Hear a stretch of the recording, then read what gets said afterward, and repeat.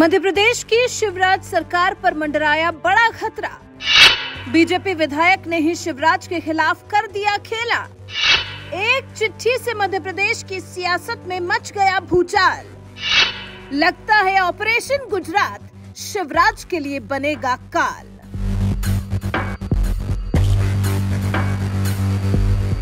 महाकाल के मध्य प्रदेश में हुए साल 2018 के विधानसभा चुनाव में वैसे तो जनादेश कांग्रेस को मिला था, लेकिन बीजेपी ने ऐसा खेला खेला कि 2 साल बाद ही कमलनाथ की कुर्सी चली गई और एक बार फिर सीएम शिवराज सिंह चौहान की सत्ता वापसी हो गई।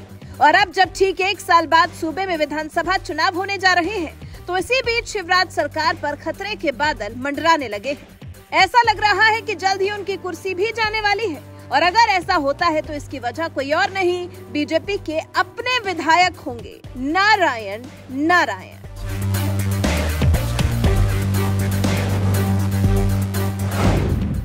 सीएम शिवराज सिंह चौहान ने मध्य प्रदेश की सत्ता कैसे हासिल की है, ये बात तो हर कोई जानता है। ये कांग्रेस के दिग्गज नेता रहे ज्योतिरादित्य सिंधिया ही थे, जिनकी वजह से सत्ता में शिवराज सरकार आई और सिंधिया खुद मोदी सरकार में केंद्रीय मंत्री बने। लेकिन लगता है कि सिंधिया की मदद से सत्ता में आए सीएम शिवराज सिंह चौहान की सरकार जल्द ही जाने वाली है, क्योंकि मध्य प्रदेश सरकार और संगठन के खिलाफ एक तगड़ी चिट्ठी बीजेपी आलाकमान के पास पहुंच गई है। और इस चिट्ठी में मांग की गई है कि अगर बीजेपी को फिर से सत्ता में लाना है तो मध्य प्रदेश में भी ऑपरेशन गुजरात लागू किया जाए। ये बात तो आप भी जानते हैं कि बीजेपी को लगातार 7वीं बार गुजरात की सत्ता मिल गई है, और वो भी प्रचंड बहुमत के साथ। और इस ऐतिहासिक जीत की वजह देश के प्रधानमंत्री नरेंद्र मोदी हैं। इसमें कोई दो राय नहीं है।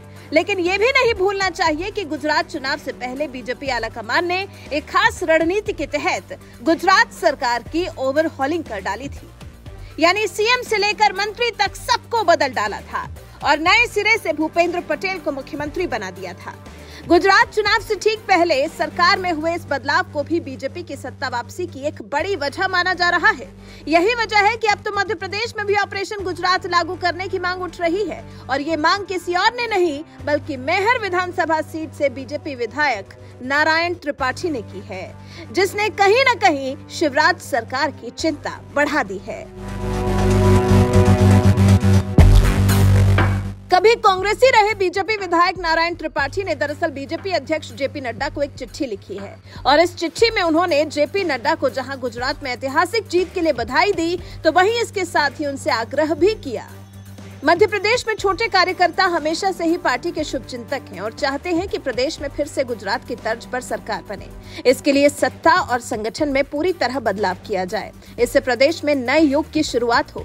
राज्य में एंटी इनकम्बेंसी है और इसको समाप्त करने के लिए नए लोगों को अवसर दिए जाएं। साथ ही नई कार्यप्रणाली से सत्ता और संगठन का संचालन हो। राज्य में फिर से बीजेपी की सरकार बने। विकास और जन कल्याण की गति निर्बाध रूप से जारी रह सके, इसके लिए सत्ता और संगठन में पूरी तरह से बदलाव जरूरी है।